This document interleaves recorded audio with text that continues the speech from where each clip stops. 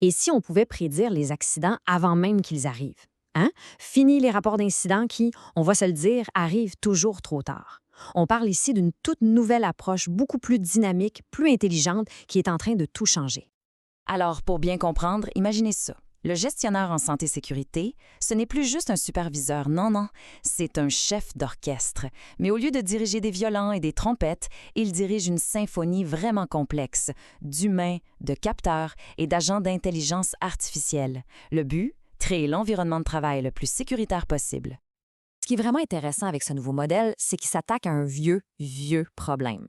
La gestion de la sécurité, c'est trop souvent réactif. On analyse les accidents une fois qu'ils sont arrivés.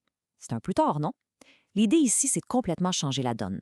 On passe du rapport d'incident poussiéreux à une vraie conversation, en temps réel avec une IA qui est sur le terrain, qui observe, qui analyse, puis qui agit. 24/7. Bon, premièrement, voyons comment ce leadership préventif est complètement réinventé. Ensuite, on passe du superviseur à l'orchestrateur. Et ici, attention, le point le plus important à comprendre, c'est que ça ne vient pas remplacer l'humain. Pas du tout. C'est une transformation du rôle. Le gestionnaire ne supervise plus chaque petite tâche, non, il orchestre l'ensemble à un niveau beaucoup plus stratégique. Sa nouvelle mission, donc, c'est de faire travailler ensemble trois choses: les humains, l'IA et le contexte. Tout ça, c'est possible grâce à ce qu'on appelle un graphe de connaissances vivant. OK, ça sonne compliqué, mais imaginez juste une carte interactive super intelligente qui connecte en temps réel les différents agents d'IA avec les équipes sur le plancher. C'est pas mal ça. Troisième point, le cerveau collectif IA. Ouais, c'est vraiment comme ça qu'il faut le voir. C'est pas juste un outil, c'est une extension des capacités du gestionnaire. Un vrai cerveau collectif qui, lui, voit tout, analyse tout et aide à prendre les meilleures décisions beaucoup plus vite. Alors, comment ça marche ce cerveau-là? C'est simple, ça imite la pensée humaine en 5 étapes. Premièrement, ça perçoit l'environnement avec des capteurs. Deuxièmement, ça raisonne en analysant toutes les données pour vraiment comprendre ce qui se passe. Troisièmement, ça décide de la meilleure chose à faire. Quatrièmement, ça agit en envoyant des alertes par exemple. Et finalement, et ça c'est la clé, ça apprend. Chaque événement le rend plus intelligent. Et ce cerveau collectif, il a un nom: Safety Graph.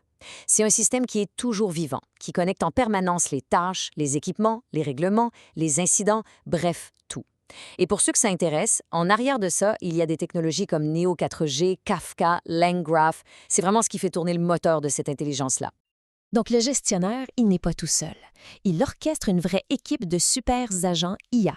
Chacun a sa spécialité, regardez bien, on a l'agent Vision qui voit tout, l'agent 4D BIM qui comprend le chantier en 3D et même en 4D, l'agent Graph qui est la mémoire du groupe, l'agent prédictif qui voit le futur en quelque sorte, l'agent conformité qui connaît toutes les règles par cœur, et tout ce beau monde est dirigé par Hugo, le grand chef d'orchestre.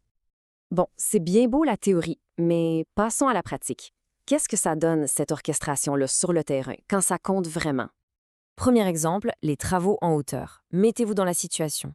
Un travailleur est à 12 mètres dans les airs. C'est haut. Le système de vision détecte que son harnais n'est pas attaché. Ouf, le danger est là, immédiat, critique. Et regardez ça, en 1,6 secondes. C'est à peine le temps de cligner des yeux. En 1,6 secondes, le système a tout fait. Il a détecté le danger, validé le contexte, lancé une alerte et même suspendu l'accès à la zone. C'est ça la différence entre un drame évité de justesse et une intervention préventive instantanée. Deuxième cas, pour montrer la puissance de la prédiction cette fois.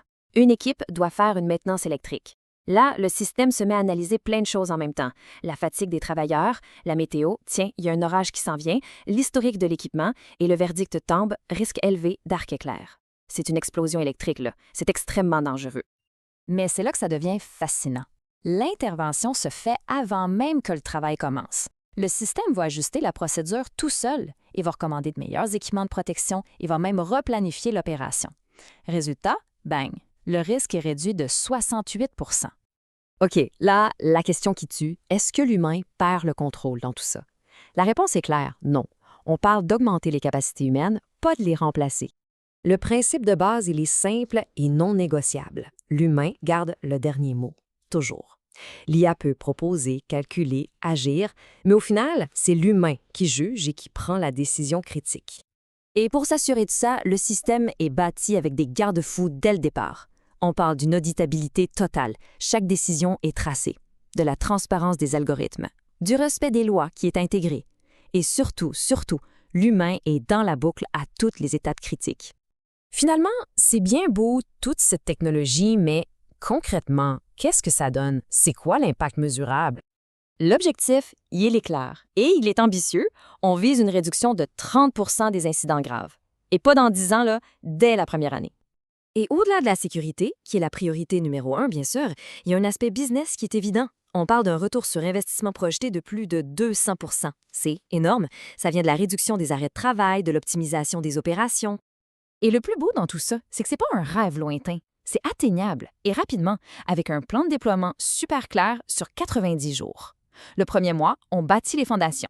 Le deuxième mois, on active les premières fonctions. Et le troisième mois, on industrialise le tout. En conclusion, c'est peut-être ça le plus grand paradoxe.